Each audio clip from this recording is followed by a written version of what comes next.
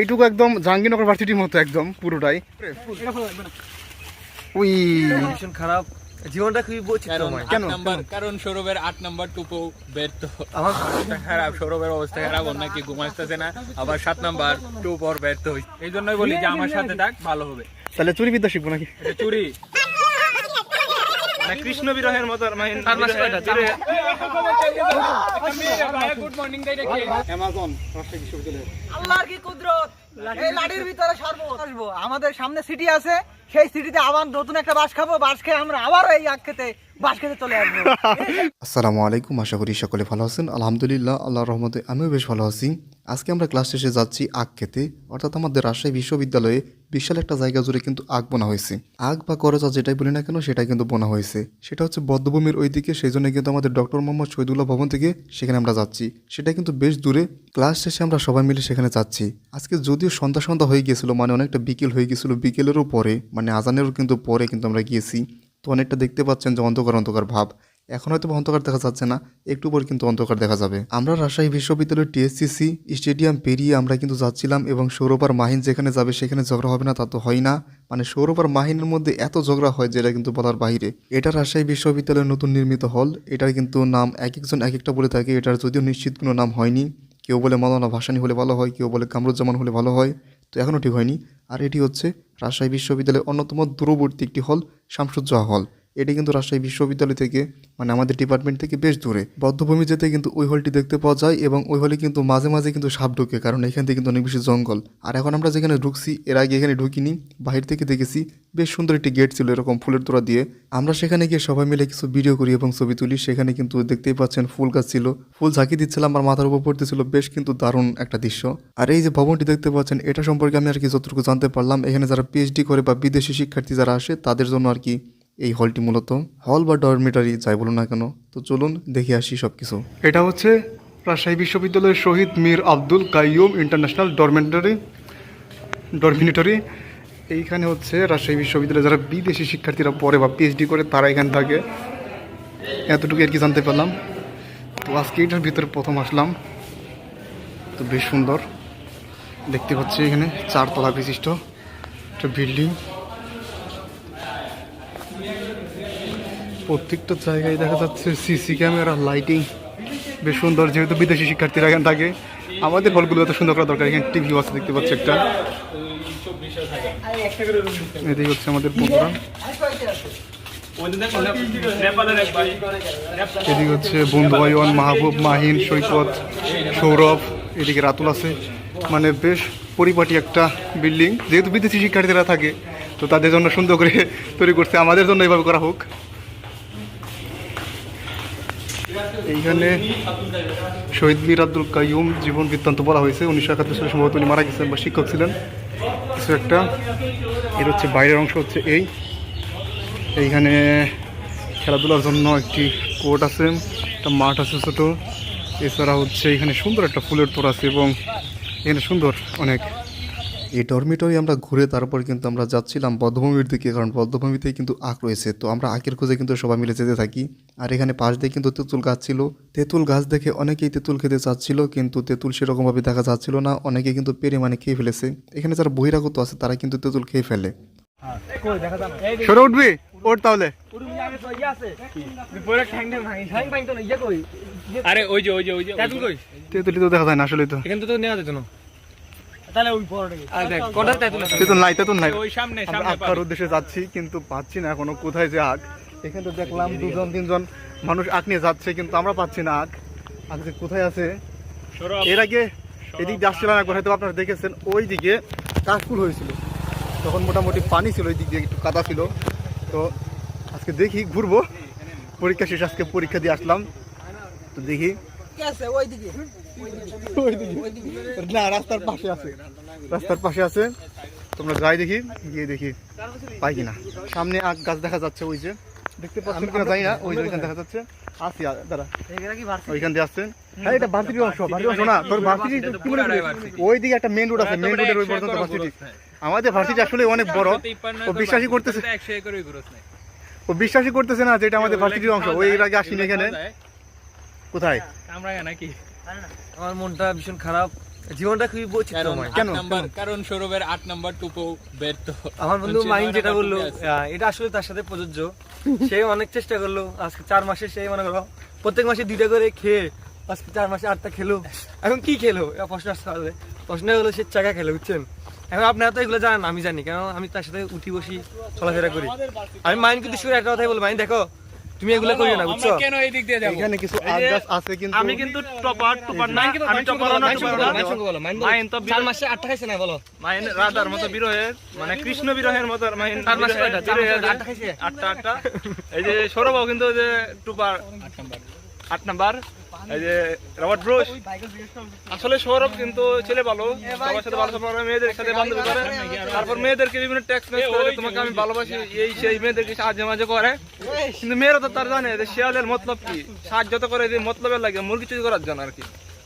মূল কাহিনী হয়েছে সৌরভ হয়েছে শিয়াল, মেয়ের হয়েছে মুরগি, মুরগি ধরতে হয়। কিন্তু মেয়েরা তো চালাক আছে একটু, এই জন্য সৌরভের চালিকারা বুঝে ফেলে। এই এখন সৌরভ একটা মনে আজকে একটু পড়া আলাইছে, দেখলাম চকলেট বা বিস্কুট টিস্কুট দিয়েছে। এখন সৌরভ আমাদেরকে ভাগ দিছে, মানে সৌরভকে শুভকামনা, যেহেতু একটা মুরগি পড়াইছে, আমরাও দেখি পড়াইতে পারি কিনা সামনে আমাদের কালকে রাত 2টার সময় সৌরভ ফোন দিয়ে বলতেছে যে আমার অবস্থা খারাপ, সৌরভের অবস্থা খারাপ, ওর নাকি ঘুম আসতেছে না, আবার 7 নাম্বার টুপর ব্যর্থ হয়েছে। ব্যর্থ হয়েছে? ব্যর্থ হলে বলো। না, আমি ব্যর্থ কেন হবো? এটা হলো তোমরা যেসব চিন্তা করো এগুলো আসলে না, বাস্তবে সেটাই আমিও তোমাকে এই পরামর্শ দিব যে যেটা ভাবতেছো ওই পথ থেকে ফিরে আসো, ওইটা আমাদের জন্য না ভাই। কি ভাবতেছি বলো, কি ভাবতেছি বলো? ওরা যা বললো ওরা তো ফিরে ওরা আসো। তো এটা মজা করতেছে। আচ্ছা, মজা করলেও তাও তুমি মজা থেকে ফিরে আসো, মজার গল্পের মধ্যে থেকে। আচ্ছা ঠিক আছে, আপনার কথা আমি রাখবো ভাই। ঠিক আছে, ধন্যবাদ তোমাকে। এই হচ্ছে আখ ক্ষেত, কিন্তু যাওয়ার কোনো রাস্তা নেই, এখানে পানি আর ওই দিক দিয়ে বেড়া দেওয়া। তো আমরা সামনের দিকে যাচ্ছি, দেখি রাস্তা পাই কিনা। এই হচ্ছে মতিহার উদ্যান। মতিহার উদ্যানে এর আগে যাওয়া হয়নি, গেলে আমরা ভিডিও করব সেটা। তো দেখি আজকে আমরা আখ খেতে পারি কিনা। এর আগে দেখলাম 3-4 জন মেয়ে গেল, তার আখ নিয়ে গেল হাতে, তারা সম্ভব থেকে নিয়ে গেছে। তো দেখি আমরা পাই কিনা। মতিহার উদ্যানে আমরা ঢুকতেছি, সামনে আমরা কেন বাস খাইতে পারবো না?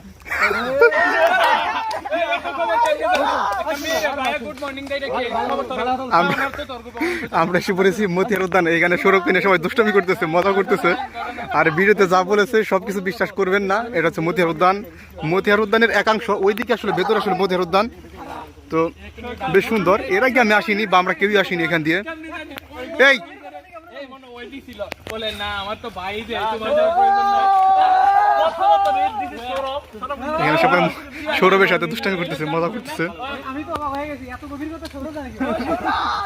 মনে কি বুঝছো, সৌরভ দিছিল, বলতেছে না তোমার প্রয়োজন নাই, আমার ভাই যে। মানে নোয়াখালী যারা আছে ওরা সবাই প্রে বই, মানে ব্রেকিং নিউজ সৌরভ কিন্তু বল এ ভাই ওই বেলে কে মনে হচ্ছে যে এখন যে জায়গায় আসছি এটা হচ্ছে রাজশাহী বিশ্ববিদ্যালয়ের সম্ভবত বরেন্দ্র অঞ্চল, লালমাটি এবং পাহাড়ি অঞ্চলের মতন একটা।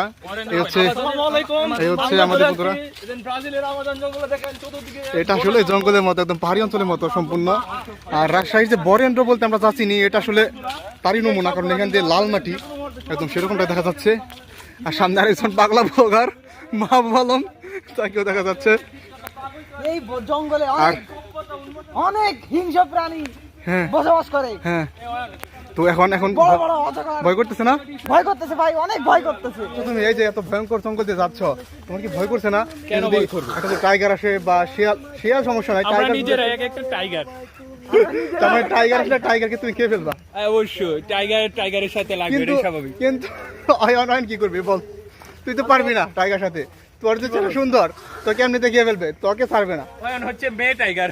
হ্যাঁ হ্যাঁ, তোকে তো ছাড়বে না, সেটা বল, তুই কি করবি? হ্যাঁ? এই জঙ্গলের মধ্যে তুই তোকে আর হচ্ছে টাইগারেস। না, এই জঙ্গলের মধ্যে তুই তোকে খেয়ে ফেলে, তাহলে তুই কি করবি বল? আমি গাছে উঠে যাবো। গাছে উঠবি?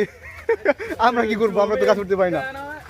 আমি প্রস্তাব করি, যা। আমরা কি তাহলে কি তুই ওই গল্পের মতো করবি, যে একটা গল্প আছে, টাইগার আসে, একজন বন্ধু উঠে যায়, আরেকজন বন্ধু নিচে থাকে, তাহলে কি শ্বাস বন্ধ করে শুয়ে থাকবি।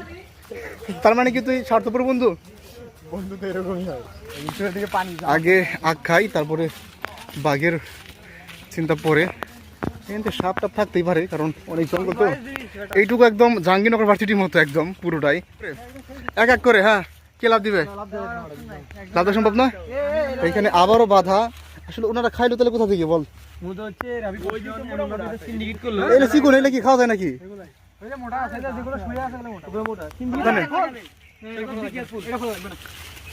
উই কঠিন লাভ দিল, পৌঁছে গেছে। সরো দিবি, দে দে। আচ্ছা এইখান থেকে দিস, এখান থেকে পড়ে যাবি, ই করো এখান থেকে দূর দিয়ে আয়। আচ্ছা তাহলে সৈকত কয়েকটা উঠাও খালি। মোটা মোটা নি মোটা মোটা বন্ধু একটু ভিতর দিয়ে গেলে দেখবে অনেক মোটা আছে। এই পাই লাগবে রে জুতা। এই দেই এই এগুলো তো ই না কুশাল না রে, করছা। সৈকত আমাদের জন্য অনেক কষ্ট করছে, দেখে সাপ থাকতে পারে গো সৈকত, একটু দেখে। এখানে পানির আছে, জঙ্গল অনেক। শাল তুলে নিয়ে গেছে অনেকে। সৈকত তোর শক্তি পরীক্ষা হবে বন্ধু। মোটা সাইনে বন্ধু এই, বন্ধু ভিডিও দিয়ে এই দেখে দেখে দেখে এই করো, আগে নিজের সেফটি বুঝছো।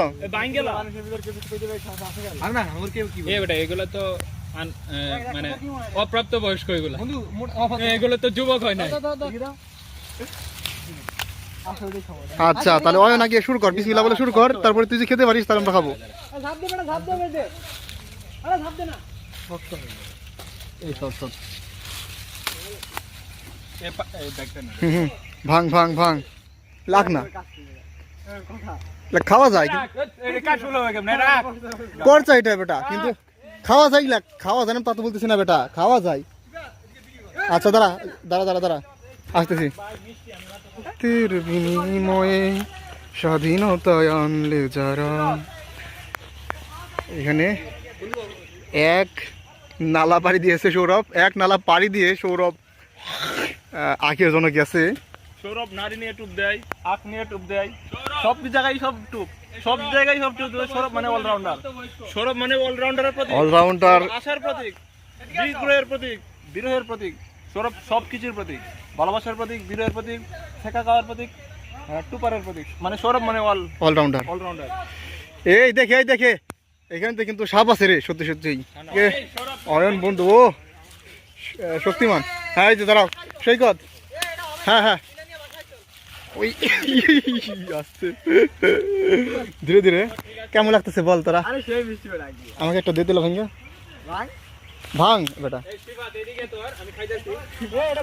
রিভিউ দে রিভিউ দে। রিভিউ না, এই আখ এই শুন, রিভিউ দিবি না? আখ খাইতে কি নিয়ে আইছে কি বল? তুই বলছিলি আমার প্রথমে, তাহলে শোন, এই জন্যই বলি যে আমার সাথে থাক, ভালো হবে। তাহলে চুরি বিদ্যা শিখবো নাকি? এটা চুরি, হ্যাঁ এটা চুরি বলে। তাহলে এই চুরি হইলে আমরা না না তা ঠিক আছে, এটা আমাদের এগুলো সব, আমরা সামনাসামনি খাইতে এটা ভালো। ডাকাতি চুরি তো একজন হয়, আর অনেকজন মিলে হইলে তখন সেটা ডাকাতি বলে। এটা নাকি আখ না ওই বল।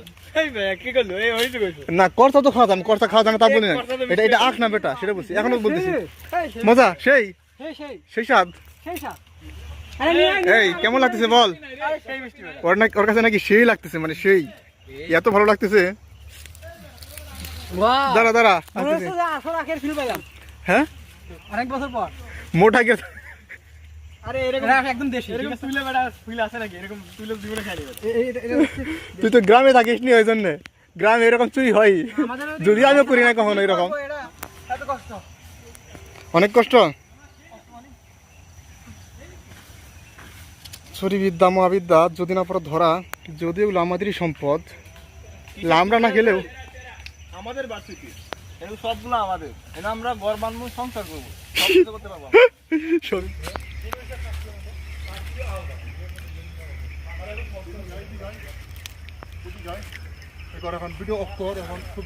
আরে ছবি ভিডিওর সাথে তুলি, ছবি তুলতেছি। অ্যামাজন রাজশাহী বিশ্ববিদ্যালয়। This is Shahrukh Khan on the image of গাছের উপর আইসো ভাই, ছবি তুলি। দাঁড়া ওটা শেষ হবে আগে। আমার ভিডিওটা কর। এটা দুই মুখা সাপ বেটা, দুই মুখা সাপ এটা। মাহিনকে অনেক বেশি ধন্যবাদ, কারণ মাহিন এই ওরে অনেক বেশি ধন্যবাদ। সৌরভ বন্ধু এই আমাদের সৌরভ নিয়ে আনছে, আসছে, সৌরভ আমাকে আনছে, তো এই আনছে কি? ওই এই সৌরভ তোরে নিয়ে আইছে কি? আচ্ছা শুনো, সব ধন্যবাদ হচ্ছে মাহিনকে। মাহিনকে সত্যি সত্যি ধন্যবাদ। আমাদের এত মাইন্ড সুন্দর একটা যেহেতু মুহূর্ত ভিডিও উপভোগ দেওয়ার কেটে জন্য। উঠতে পারবে, মাহিন আমাদের এই কাজের মাস্টারমাইন্ড। মাস্টারমাইন্ড। সে আমাকে আমরা কখনো ধন্যবাদের জন্য সুন্দর মুহূর্ত উপভোগ করতে পারতাম না। আমরা কখনো ধন্যবাদের জন্য ধন্যবাদ। ধন্যবাদের জন্য কাজ করি না, বুঝছি?